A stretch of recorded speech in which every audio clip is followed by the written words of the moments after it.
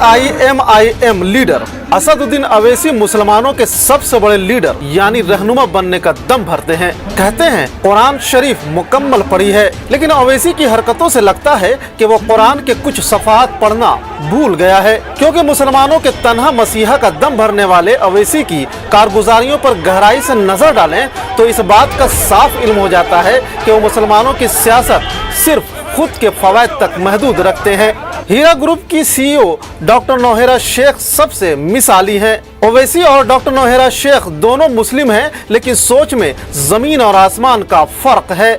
ओवैसी जहां पार्लियामेंट में मुसलमानों की बात करते नजर आते हैं तो वहीं उनकी जमीनी सतह पर काम मुकम्मल तौर से जीरो है। लेकिन वहीं मुल्क की मशहूर और मारूफ समाजी कारकुन और हीरा ग्रुप की CEO डॉक्टर नौहेरा शेख अगरचा पार्लियामेंट में अभी नहीं पहुंची हो, लेकिन इनके काम इनके नाम को सब अलग पहचान देते हैं और इज्जत व एहतराम भी देते हैं। ओवैसी को क्यों लगता है डर? क्यों डरते हैं डॉक्टर नौहेरा शेख से मुसलमानों का मसीहा बनने वाले ओवैसी? डॉक्टर नौहेरा शेख भी मुल्क की बड़ी मुस्लिम समाजी खिदमतगार। क्या मुसलमानों के बीच ओवैसी की खुल रही है पोल? ओवैसी सियासत करते हैं और वो मुसलमानों के फवायद के लिए बड़े बड़े दावे करते नजर आते हैं, लेकिन अब इनकी पोल खुलने लगी है। ओवैसी को समझ में आ गया है कि अब वो ज्यादा दिनों तक मुसलमानों के मसीहा बनकर नहीं रह सकेंगे। यही वो सबसे बड़ी वजह है कि साल 2012 से ओवैसी ने डॉक्टर नौहेरा शेख को परेशान करने और मुसलमानों के दरमियान बदनाम करने की गंदी साजिश रची। साजिश का आगाज 2012 में FIR करवाने से शुरू हुआ। मुसलसल कोशिशों के बावजूद ओवैसी को हर मोड़ पर मुंह की खानी पड़ी।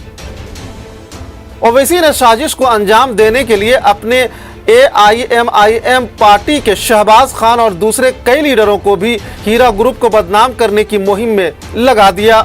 ओवैसी कहने को तो लोकसभा मेंबर पार्लियामेंट और अवाम के नुमाइंदे हैं, लेकिन हरकतें वो लोकल बदमाशों जैसी करते हैं। क्या वसूली के पैसे से सियासत करता है ओवैसी? आज तक ओवैसी ने जितने भी हरबे अपनाए हैं, हर उन हरबों पर ओवैसी को करारी शिकस्त मिली है। 14 अगस्त 2012 को ओवैसी ने डॉक्टर नौहेरा शेख को बदनाम करने और ब्लैकमेल करने के मकसद से एक फर्जी FIR दर्ज कराई थी और हैदराबाद पुलिस पर गलत तरीके से दबाव बनाया था कि वो डॉक्टर नौहेरा शेख पर कार्रवाई करे। ये FIR एक अखबार में दिए गए इश्तहारात को लेकर थी। असदुद्दीन की पोल इस मामले में उस वजह से भी खुल गई क्योंकि FIR दर्ज करने की तारीख 14 अगस्त 2012 थी। लेकिन ओवैसी ने जल्दबाजी में एक बड़ी चूक करते हुए दबाव बनाकर 2 पुलिस कांस्टेबलों को हीरा ग्रुप के ऑफिस उस वक्त भिजवाया जब डॉक्टर नौहेरा शेख ऑफिस में नहीं थी। इन 2 पुलिस कांस्टेबल ने बगैर सर्च वारंट के ऑफिस की तलाशी ली और वहां मौजूद कुछ कागजात लेकर चलते बने। ये पूरा वाकया CCTV में रिकॉर्ड हो गई, जिसकी बुनियाद पर डॉक्टर नौहेरा शेख ने जब हैदराबाद पुलिस से राब्ता किया तो हैदराबाद पुलिस ने अपनी गलती कबूल करते हुए इस पूरे मामले पर मुआफी मांग ली। हीरा ग्रुप की CEO डॉक्टर नौहेरा शेख ओवैसी के हर पैंतरे को बाखूबी समझती हैं। ओवैसी की हरकतें जब नहीं रुकी तो डॉक्टर नौहेरा शेख ने ओवैसी के खिलाफ हद तक इज्जती का दावा ठोक दिया। डॉक्टर नौहेरा शेख ने ओवैसी पर किया है 100 करोड़ का दावा। 100 करोड़ के दावे को खारिज करवाने के लिए दर दर भटक रहे हैं ओवैसी। 100 करोड़ का दावा करने के बाद ओवैसी की हालत पतली हो गई। कोर्ट में ओवैसी ने कई तरह के दावे किए और इल्जाम लगाए, लेकिन एक भी मामले में एक सबूत ओवैसी पेश नहीं कर पाया। कोर्ट में आज तक एक सबूत भी नहीं पेश कर पाए हैं ओवैसी। ओवैसी ने अपने मेंबर पार्लियामेंट होने का जमकर नाजायज इस्तेमाल किया। मेंबर पार्लियामेंट होने का गलत फायदा सरकारी महकमों से उठा रहे हैं Owaisi. Income tax ED revenue department पर भी गलत तरीके से बनाया दबाव और income tax ED revenue department समेत मुख्तलिफ हुकूमत एजेंसियों पर दबाव बनाकर हीरा ग्रुप और CEO डॉक्टर नौहेरा शेख को परेशान करने के लिए नोटिस भेजवाता रहा।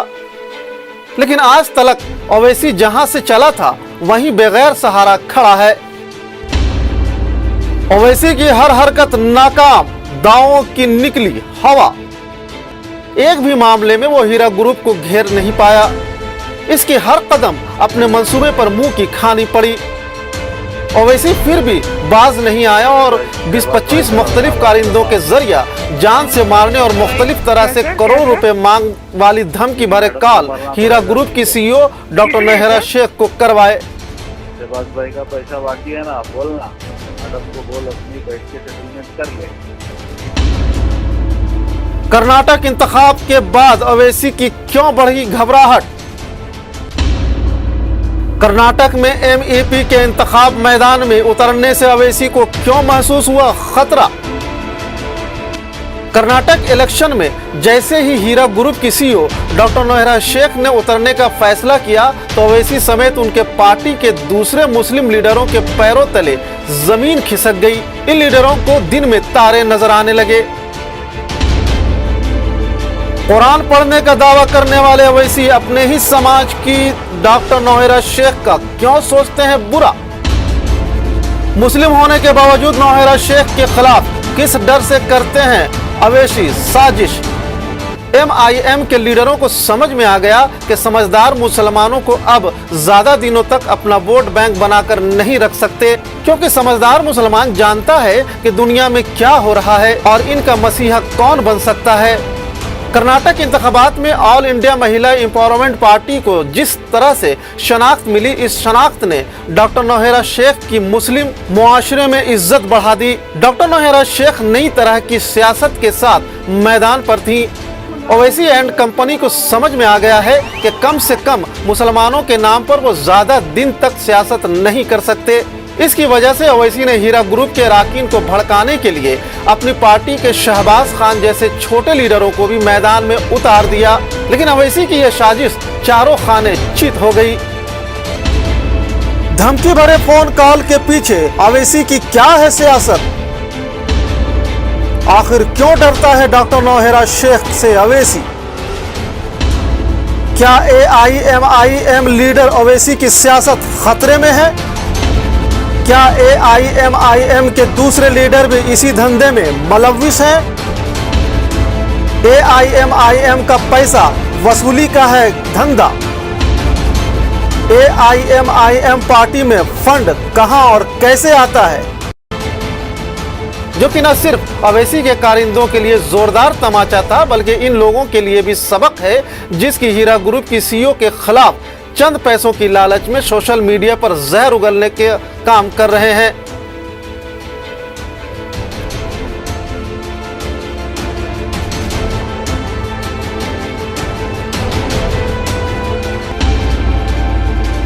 शहबाज खान का ओवैसी से क्या है रिश्ता? ओवैसी अपने कारिंदे से क्यों करवाता है गलत काम? ओवैसी ने अब तक क्या गलत काम से पैसा बनाया? शहबाज खान को कोर्ट से मिली करारी शिकस्त। ये वही ओवैसी हैं जो हैदराबाद से मेंबर पार्लियामेंट होने का दम भरते हैं, लेकिन जब ये जनाब मुंह खोलते हैं तो सिर्फ नफरत फैलाने के अलावा कोई अच्छा बयान नहीं दे पाते हैं। ये वही ओवैसी हैं जो अपने ट्विटर अकाउंट से बगैर जांचे परखे नफरत फैलाने वाले वीडियो रिट्वीट करते हैं।